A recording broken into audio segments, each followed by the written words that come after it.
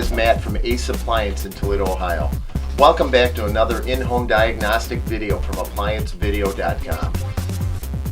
Today we're going to be replacing a 2-ton condensing unit, air conditioning condensing unit. Some of the units come pre-charged with refrigerant in them. This one did. The newer ones are filled with nitrogen and they're uncharged, so you have to release the nitrogen out of the system on the newer units, and then you have to recharge the unit with R22. Okay, now what we're going to do is we're going to take our gauges, we're going to take our suction line, which is the blue side, we're going to attach it to the suction side of the system, screw it on, and we're going to take the high side and screw it onto the liquid line, the small line. The yellow line now is attached to the refrigerant tank, an R22 refrigerant tank. So now we're going to go ahead and turn on the tank. Now that the refrigerant tank is open, we're going to take and bleed the air that's from the tank and that yellow hose all the way up here. So we're bleeding the air out. Takes about 5 seconds. That gets the air out of that yellow hose that was in the hose itself. Now we're going to actually open up the low side and let gas into the unit. So we're going to open it up, let gas into the unit. It's going to go in through the suction side. It's going to go through the evaporator and pressurize the system. And these two king valves are completely shut. So it'll go in through the suction line to the right, go into the evaporator, pressurize all the way, and stop right here at the king valve. We're checking for leaks. That's all we're doing right now. We're checking for the fittings. And as we can see, we're adding gas in. We're at 100 pounds going in. The high side should equalize to the low side.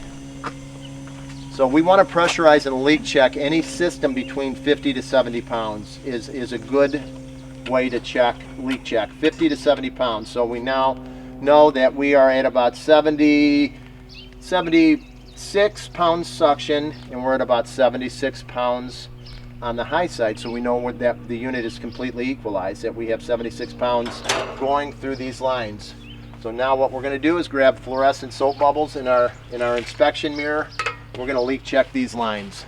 Now that we know that the system is equalized and we have 75 pounds of pressure on each side, we're going to take and with fluorescent soap bubbles and our inspection mirror, we're going to check all of the fittings that we just brazed. 98% of the time you will be able to hear a leak before you physically can see it. But if it's a very minute leak, you'll get small soap bubbles which will appear.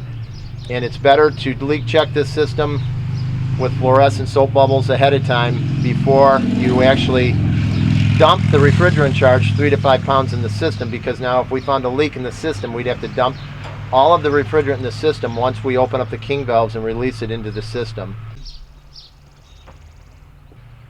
Now we're inspecting the actual fittings that we just did. If everything looks good, we will next step will be to open up our king valves.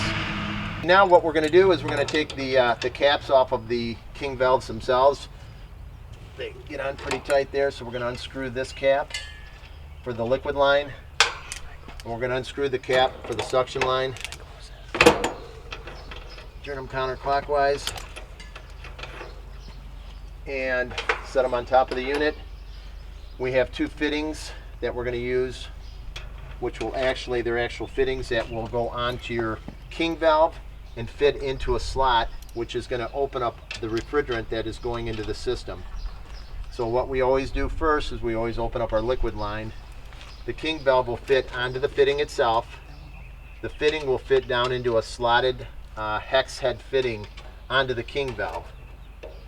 And what we want to do is we want to turn this counterclockwise. Once we do, you will see the refrigerant gauges open up, and all the refrigerant that's in this condensing unit will open up and go into the evaporator and flood the system with refrigerant. Now we want to turn this king valve counterclockwise, because right now this is in a back-seated position, which is all the way down, which no refrigerant flow can go through there. Front seating it is all the way up where this is completely flush with the top of the king valve. So it's completely back-seated now. We're going to do the same thing on the suction side. Very tight from the factory.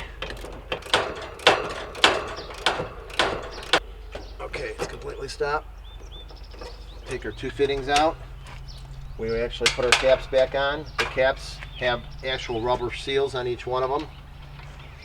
Put these back on. Crank them down lightly with the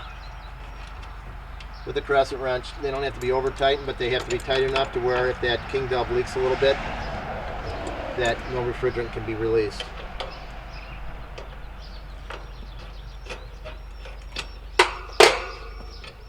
Okay, now that our king valves are completely back seated, we have Schraders on each side now. So now we have 120 pounds pressure on the low side, 120 pounds pressure on the high side. We should have between 3 to 4 pounds of refrigerant in the system. Thank you for watching another quality video from ApplianceVideo.com.